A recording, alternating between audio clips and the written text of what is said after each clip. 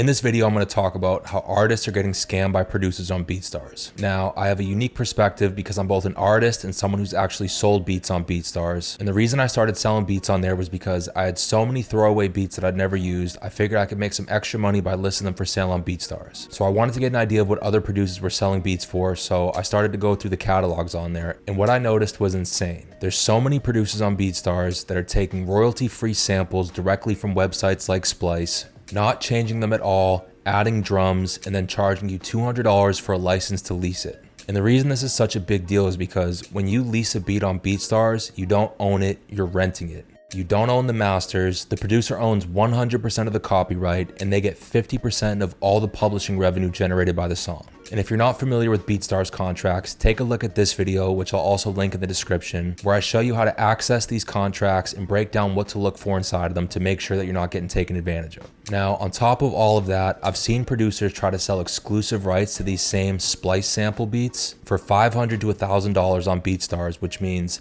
they're tricking artists into thinking that they're getting exclusive rights to a beat, when in reality, anyone could just recreate the same beat because it's coming from a Splice sample pack. Now, don't get me wrong, production's one of the most important parts of the song creation process, and producers that make phenomenal beats obviously deserve their fee and 50% of the publishing. But if you're just taking Splice samples, not changing it, and then selling a lease that takes a percentage of ownership and prevents artists from owning their masters, to me, that's a scam, and there's a ton of producers on there doing this. Now, with all that being said, there's obviously still some great producers on BeatStars, and if you just do your research and look up who you're going to be working with, you'll be able to find plenty of great ones. But what I think is an even better idea, and what I recommend, is if you just invest a small amount of time into learning how to program drums, instead of going to BeatStars looking for inspiration and spending money on a beat that you don't actually own, you can just go straight to the same sample packs that these BeatStars producers are using and build out the song yourself, which eliminates having to pay money to a producer and allows you to keep 100% ownership of your master and publishing rights. And if that's something you're interested in learning more about, I cover all of that, as well as how I was able to grow my own music to the top 1% of artists on Spotify, and the free training that's linked in the description below this video. But in conclusion, do your research on the producers you want to buy beats from, check to see if they have any social media, and just make sure that it's a reputable account. And even more importantly, make sure that before you enter into a lease agreement, you read the contract. All right, let me know in the comments if you have any questions, and if you got value from this video, make sure you like and subscribe.